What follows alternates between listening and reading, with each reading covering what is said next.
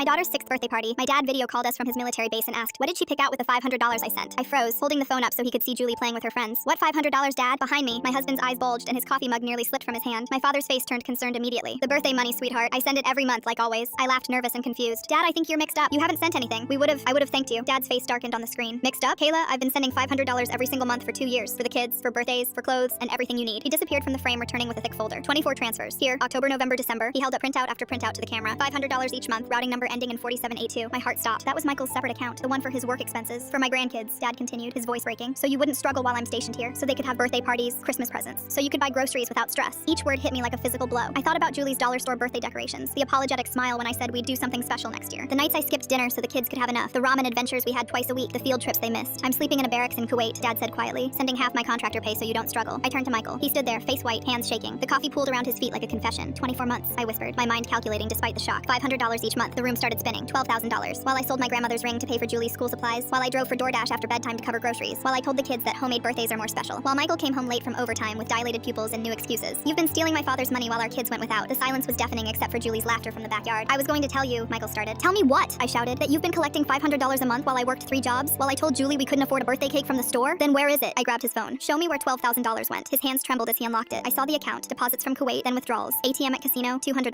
ATM at casino, $300. I have a problem, he whispered. You had $500 coming in every month from my father while I skipped meals, I said, my voice deadly quiet. You held me while I sobbed about failing our kids. You said we needed to budget better while you were stealing. Dad's voice came through cold and steady. Michael, did my granddaughter eat ramen for dinner on her birthday while you had my money in your pocket? Michael couldn't look at the screen. I'm 7,000 miles away in a desert, Dad's voice broke. You let my daughter think I'd forgotten them. I grabbed Michael's phone again, scrolling through the transactions. These casino withdrawals, I said, my voice shaking. July 15th, that was Julie's first soccer game. August 3rd, her first dance recital. You weren't stuck in traffic. You weren't at work. You were gambling while I sat alone at our child's biggest moments, making excuses for why Daddy couldn't make it. He looked at the floor with embarrassment. Then the Christmas memory hit me like a sledgehammer. Last year, I told the kids Santa was having a tough year. Julie cried. She thought she'd been bad. My voice cracked. She came home after seeing all the other kids' presents and asked what she did wrong. She made a list of ways to be better so Santa would love her next time. The rage was consuming me. You had $500 in December, another $500 in November, $1,000 while I wrapped dollar store toys in newspaper, while our perfect daughter spent a year trying to be better because you made her believe she wasn't good enough for Christmas. Julie ran inside, her handmade paper crown sliding. Mommy, can we have cake now? I looked at her sweet face, then at the homemade cake I decorated at 2 a.m. after my DoorDash shift. Yes, baby, go get your friends. When she left, I turned back. $500 a month for 2 years, while your daughter wore shoes with holes, while your son couldn't play soccer, while I skipped lunch every day to save $5. Dad's voice cut through like a blade. I'm on the next flight home. Emergency family leave. 24 months of wire fraud, Michael. Michael's face went gray. Jim, please, pack the kids' things tonight, Dad said to me. Gentler now. You're done struggling alone. I'll be there in 18 hours. I looked at Julie's birthday crown on the counter, made from paper plates and aluminum foil. She never knew her grandfather had sent money for a real one. You didn't just steal money, I said quietly. You stole their relationship with him. Julie thinks her grandpa doesn't care. You stole that from her. Dad was putting on his uniform jacket. Behind him, Mom was on another phone. I heard forensic accountant. 18 hours, Dad repeated. And Michael, you better not be there when I arrive. He hung up the phone, and when I turned to Michael, he was looking at me with something that said he was willing to do anything but leave peacefully. Full story on channel linked below.